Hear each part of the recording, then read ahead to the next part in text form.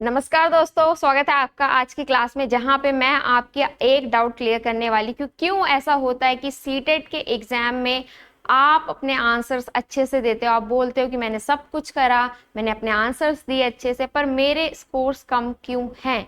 वो ऐसा होता है क्योंकि आपने लैंग्वेज में एक गलती करी होती है। वो आज हम डिस्कस करने वाले हैं और उसके साथ साथ हम ये भी डिस्कस करेंगे कि कैसे आप एक सही तरीके से अपनी प्रेपरेशन कर सकते हैं एग्जाम के लिए, और आने वाले एग्जाम जो होने वाला है उसके लिए भी आप कैसे एक सही रोड मैप बना सकते हैं। तो चलिए पहले डिस्कस करते हैं कि हम एक सही तरीके से कैसे अपनी सीटेट एग्जाम के लिए प्रेपरेशन कर सकते हैं।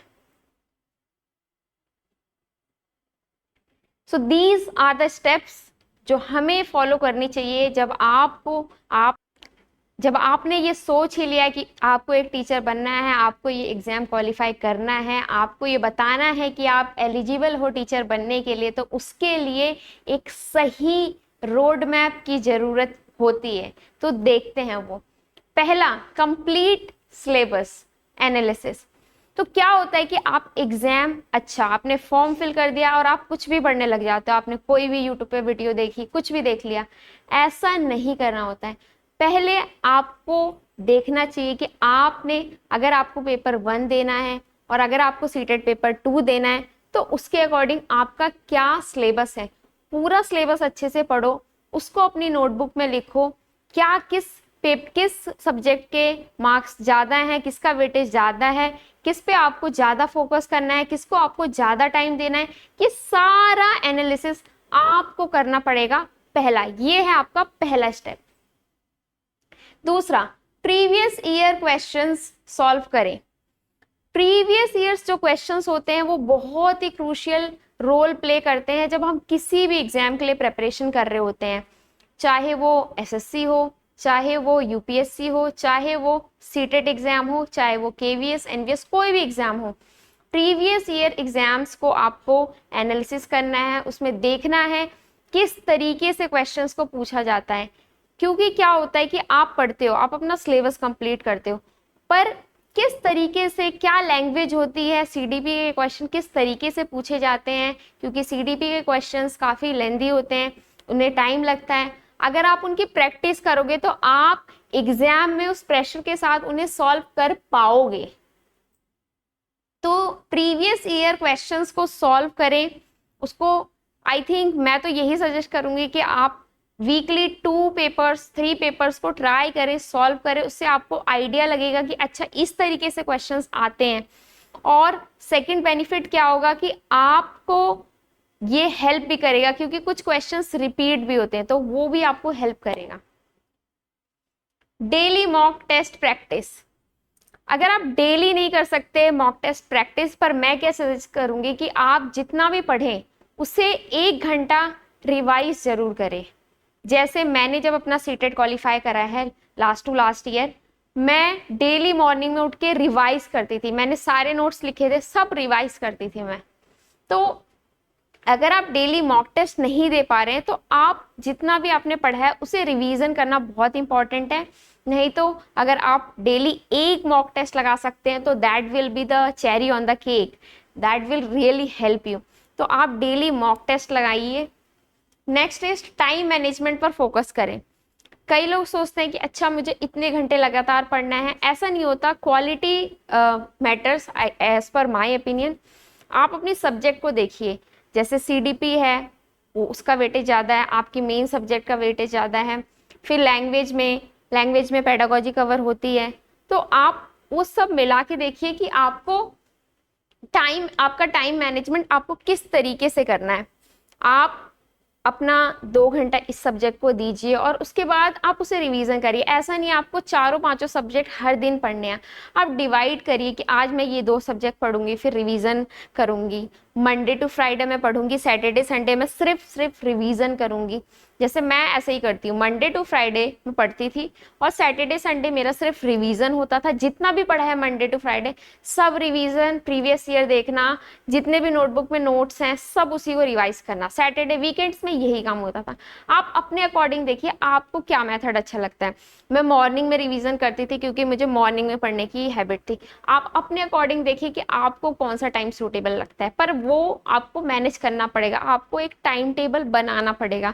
ऐसे नहीं कि आज 4 घंटा पढ़ लिया, कल आधे घंटे पढ़े, फिर 8 घंटे पढ़ लिए, फिर 2 घंटे, नहीं, ऐसे तो नहीं हो पाता क्लियर। वीकली रिवीजन जरूरी है, आप उसे रिवाइज करिए जो मैंने बताया ही अभी। एनसीईआरटी बुक्स को पढ़ें, ये बहुत ही इंपॉर्टेंट है क्योंकि बहुत सारे एग्जाम में एनसीईआरटी की लाइन से उठा के क्वेश्चंस को दिया जाता है। तो आप उसे पढ़ें, उसे देखें, उसे किस तरीके से पूछा जाता है, वो आपको बहुत हेल्पफुल करेगा। और अगर आप बुक्स नहीं पढ़ पा रहे हैं तो आप अपने टीचर से पढ़ें और उसके नोट्स बनाएं। सीडीपी का बहुत ही ज़्यादा वेटेज है तो आप उस पर ध्यान दें। और लैंग्वेज, जिसके लिए मेन ये वीडियो है, मैं अब आपको वो चीज़ बताने जा रही हूँ जो आप लोग सीटेट के एग्जाम में गलती करते हैं।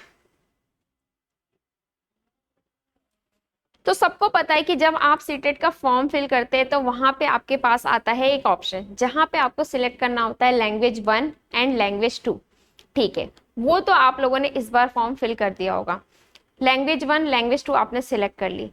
कई स्टूडेंट्स जब एग्जाम देते हैं वो उस टाइम पे कंफ्यूज हो जाते हैं कि अच्छा अब मैंने, वो भूल भी जाते हैं कि उन्होंने क्या फिल करा है, लैंग्वेज 1 या लैंग्वेज 2, और वो कंफ्यूज हो जाते हैं कि उन्हें कैसे आंसर देना है क्वेश्चन पेपर में। तो फॉर एन एग्जाम्पल, मैंने लैंग्वेज 1 इंग्लिश सिलेक्ट करा था और लैंग्वेज 2 हिंदी सिलेक्ट करा था। आपको किस तरीके से सिलेक्ट करना है लैंग्वेज, वो भी जिसपे आपकी कमांड अच्छी है, आप उसे एज लैंग्वेज 1 सिलेक्ट करें और सेकंड हो जाएगी आपकी सेकंड लैंग्वेज।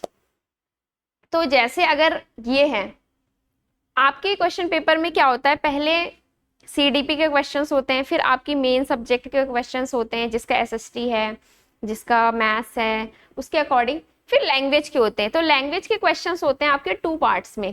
पहले लैंग्वेज 1 लिखा होता है ऊपर और वहां पे लिखा होता है इंग्लिश, फिर लैंग्वेज 1 हिंदी, फिर सेकंड पार्ट होता है language 2 English and then language 2 Hindi. अब कई बच्चे वहां गलती करते हैं, पहले लैंग्वेज 1 के क्वेश्चंस होते हैं हिंदी और इंग्लिश दोनों के लिए। अब मैंने इंग्लिश सिलेक्ट करा है एज लैंग्वेज 1 और मैं अगर उसके आंसर लैंग्वेज 2 में दूं तो वो सब गलत हो जाएगा। तो आपको ये ध्यान देना है कि अगर आपने लैंग्वेज 1 सिलेक्ट करा है एज हिंदी इंग्लिश तो पहले लैंग्वेज 1 वाला ही सेक्शन होता है। तो अगर आपकी लैंग्वेज 1 हिंदी है तो आप लैंग्वेज 1 जहाँ पे लिखा है उसमें उसके अकॉर्डिंग आपको आंसर देना है, नहीं तो वो सब मार्किंग में सब गलत हो जाएगा। और आपकी लैंग्वेज 2 जो है वहाँ पे देख के, तो पहले लैंग्वेज 1 के क्वेश्चन पेपर में पहले लैंग्वेज 1 के क्वेश्चंस होते हैं, इंग्लिश के होते हैं, फिर हिंदी के होते हैं, फिर लैंग्वेज 2 में पहले इंग्लिश के होते हैं, फिर हिंदी के होते हैं, जिसने भी लैंग्वेज 2 उसके अकॉर्डिंग। तो ये बहुत सारे स्टूडेंट ये गलती करते हैं और उसके बाद उन्होंने आंसर्स सही करे होते हैं पर वो सब कंफ्यूज हो जाते हैं कि कौन सा कैसे आंसर देना है। तो इसका बहुत अच्छे से ध्यान दें।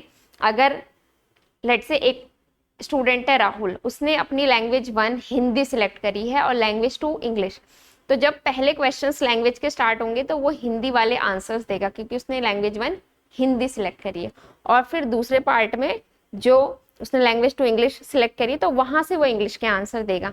तो इस चीज को आप ध्यान दें, आपके पास क्वेश्चन पेपर होंगे, आप उसे ओपन करके उसे देखें और जिस अकॉर्डिंग मैंने बताया है उस अकॉर्डिंग आप अपनी प्रैक्टिस करें इन एडवांस।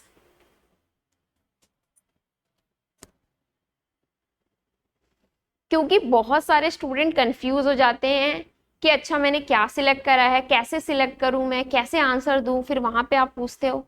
तो आप इस चीज़ का ध्यान दें अच्छे से। आपको मैं सजेस्ट करूंगी जो भी आपके आसपास किसी ने भी सीटेट का एग्ज़ाम दिया हो आप उनसे प्रीवियस ईयर पेपर लें। आप इवन नेट से भी ले सकते हैं, आप सर्च कर सकते हैं गूगल पे, वहाँ से आप देखें, पूरा पेपर देखें अच्छे से और उसके अकॉर्डिंग आप देखें। अच्छा लैंग्वेज 1 में पहले ऐसे क्वेश्चंस होते हैं, इंग्लिश के, फिर हिंदी के, फिर ऐसे, और उसके अकॉर्डिंग, क्योंकि एग्जाम में क्या होता है कि time pressure, questions, many things, और CDP का पार्ट बहुत ज़्यादा टाइम भी लेता है क्वेश्चंस पढ़ने में। तो इसमें आप बहुत सारे स्टूडेंट ये गलती करते हैं, और इवन मैंने जब एग्ज़ाम दिया था उस टाइम पे मैं भी सोच रही थी कि अच्छा मतलब बहुत ज़्यादा प्रेशर होता है ये, पर लैंग्वेज की मैंने कोई गलती नहीं करी थी, वो बहुत ही क्लियर था मुझे कैसे आंसर देना है, मैंने पहले से प्रीवियस ईयर देखे थे। तो आप ये देखिए ध्यान से, लैंग्वेज वाला पार्ट बहुत इंपॉर्टेंट है। बहुत सारे स्टूडेंट इसमें कंफ्यूज रहते हैं कि ये सिलेक्ट करें या वो सिलेक्ट करें, तो प्लीज़ आप इसे ध्यान से देख के जाएं, एग्ज़ाम देने से पहले प्रैक्टिस करें ताकि आप एग्ज़ाम में कोई भी गलती ना कर सके लैंग्वेज से रिलेटेड। मैं नहीं चाहती कि आपके स्कोर्स, आपके आंसर्स आते हुए भी आपके स्कोर ना आए और आप क्वालिफाई ना कर पाए just because of this small mistake.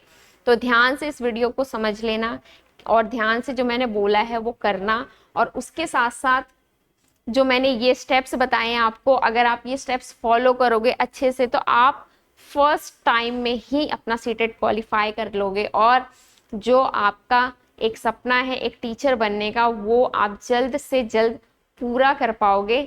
तो आप इसे फॉलो करें, लैंग्वेज का ध्यान दें और अच्छे से प्रेपरेशन करें, और मेरी तरफ से आप सबको ऑल द बेस्ट है आपके सीटेट के एग्ज़ाम के लिए।